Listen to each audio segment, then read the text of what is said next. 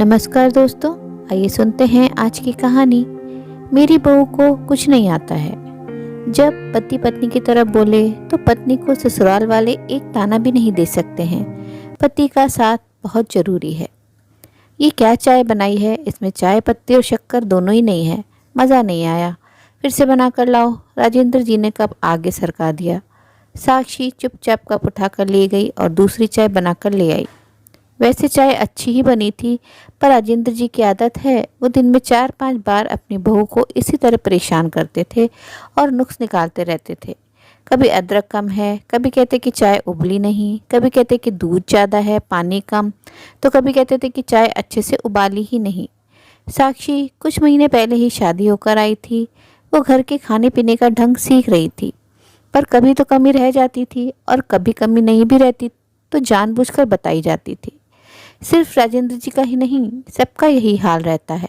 घर में सास ससुर हो या देवर ननद, सबको साक्षी से शिकायत ही रहती है।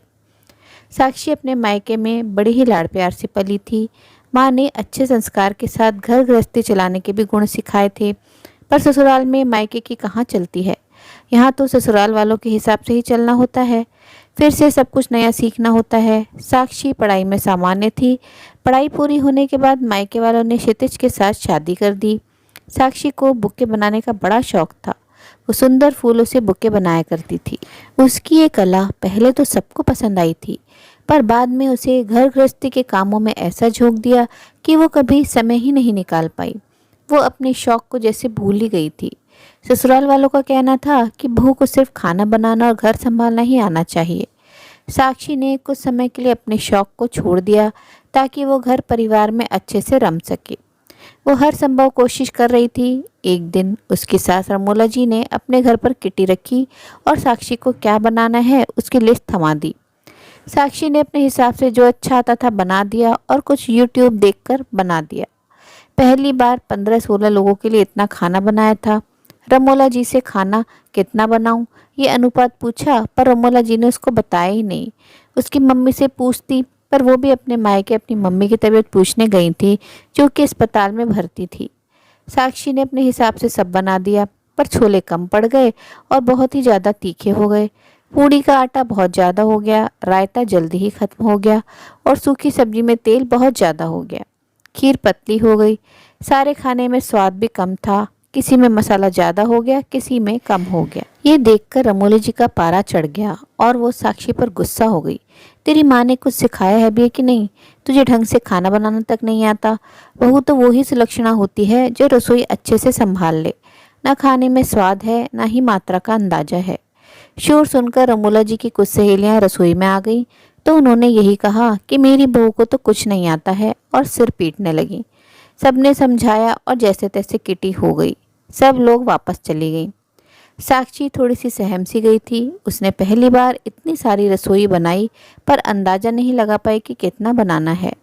रात को क्षितिज को बोली तो उसने एक टुक जवाब दिया, ये रसोई और खाने की बातें मुझसे मत किया करो मम्मी, और तुम जानो ये तुम सास और बहू के बीच की बात है, इसमें मुझको मत घसीटो। क्षितिज करवट लेकर सो गया। आज साक्षी को बहुत बुरा लग रहा था। उसके अपने पति को उसकी तकलीफ और आत्मसम्मान की जरा भी फिक्र नहीं थी। उसकी दिनचर्या ऐसे ही चल रही थी। एक दिन उसकी ननद नीतू बोलती है, जो उसकी हम उम्र ही थी, भाभी आज मेरी सहेलियां लंच पर आ रही हैं, आप चाइनीज़ बना लेना। लेकिन मुझे चाइनीज़ उतना अच्छा बनाना नहीं आता है, साक्षी ने तुरंत कहा। इस पर नीतू बोली, क्या भाभी आपको तो कुछ भी नहीं आता है? यूट्यूब तो है, उससे देखकर बना लेना। सिर्फ 5 ही तो सहेलियां आ रही हैं, मैं कुछ इंडियन फूड बना दूं? पर नीतू ने सब दरकिनार करके चाइनीज़ खाना ही बनवाया। उसकी सहेलियां खाना खाते हुए बहुत हंस रही थी। यार, इससे अच्छा तो कॉलेज के बाहर जो टपरी लगाकर बेचता है वही खा लेते, बेकार ही मुंह का स्वाद खराब कर लिया। नीतू फिर गुस्सा होकर बोली, क्या भाभी आपको तो कुछ भी ढंग से नहीं आता है? अपनी सहेलियों के सामने नीतू ने साक्षी को अपमानित कर दिया। साक्षी मन महसूस कर रह गई। ये क्या जरूरी है कि हर चीज़ बनानी ही आए? बहू हूँ तो क्या हुआ, मशीन थोड़ी हूँ जो कहो वो हाजिर कर दूँ। फिर अभी शादी हुई है, इतना रसोई का काम किया ही नहीं तो एकदम से कैसे आएगा? पर किससे कहती, इसलिए चुप हो गई। साक्षी को काम सब आता था, लेकिन उसने पढ़ाई के कारण काम इतना किया नहीं था और आदत भी नहीं थी। अब सासू माँ को तो सालों की गृहस्थी का अनुभव था, पर उसकी शादी को तो कुछ ही महीने हुए हैं, तो वो कैसे सबकी अपेक्षाओं पर खरी उतरती। क्षितिज तो उसके दिल का हाल जरा भी नहीं सुनता था। वो घर से ऑफिस और ऑफिस से घर ही आता जाता था। वो साक्षी की भावनाओं को जरा भी नहीं समझता था। साक्षी ने क्षितिज से कहा, वो बुके का काम फिर से शुरू करना चाहती है। उसे फूलों और प्रकृति से बहुत प्यार है।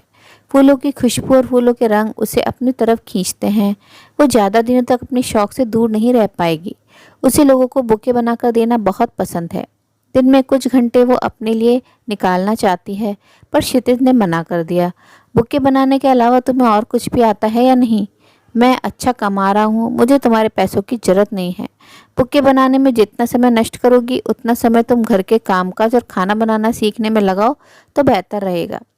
साक्षी के लिए अब सब कुछ असहनीय हो रहा था। उसे उदास देखकर उसका छोटा देवर आकाश बोलता है, भाभी आप उदास मत हो, मेरा एक काम कर दोगी क्या?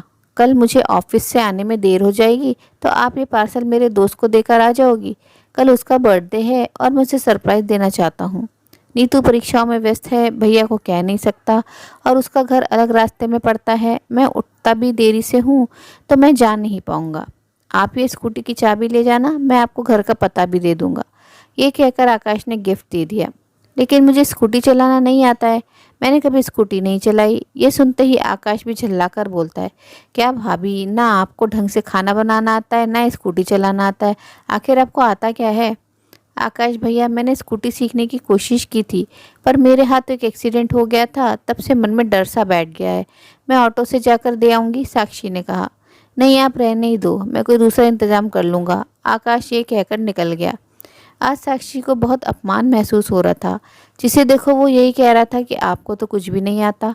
रोज़ उसके आत्मसम्मान को चोट पहुंचाई जाती थी। खाना वो बना लेती थी, पर ज़रूरी नहीं है कि इसमें परफेक्ट हो जाए। सालों तक खाना बनाते बनाते इसमें एक्सपर्ट हुआ जा सकता है, कुछ महीनों में नहीं। साक्षी ये सब कुछ सहन कर रही थी क्योंकि उसके मायके में उसका साथ देने वाला कोई नहीं था। वो 4 बहनें थी और बेटी को वो लोग बोझ मानते थे। उससे छोटी 3 बहनों के भी शादी करनी बाकी थी। वो अपना दुख अपने मायके में नहीं बता सकती थी, पर इस तरह से रोज अपमान भी तो नहीं सहा जा रहा था। सास ससुर देवर ननद पति सभी उसका अपमान करते रहते थे, उसे ताने देते रहते थे। उसका बुक्के बनाने का और पॉट में पौधे सजाने का हुनर तो कहीं जंग खा रहा था। उसने एक दिन हिम्मत जुटाई और पति से कहा कि उसे बुक्के का काम शुरू करना है, अपने हुनर को चमकाना है, नहीं तो गृहस्थी में कहीं खो जाएगा। उसने बहुत जिद की। ठीक है, जो भी करना है घर से कर लो, कहीं आने जाने की जरूरत नहीं है। मेरी माँ और बहन को तकलीफ नहीं होनी चाहिए, रसोई तुम्हें ही बनानी होगी, क्षितिज ने कह दिया। साक्षी के तो पंख लग गए। उसने अपनी सोसाइटी के ग्रुप में अपने पिछले बनाए बुके के फोटो डालने शुरू किए। उसे ऑर्डर्स मिलने लगे। साक्षी के काम की सभी तारीफ करने लगे और उसकी अच्छी कमाई होने लगी। ये देखकर क्षितिज ने भी उसे सहयोग देना शुरू किया।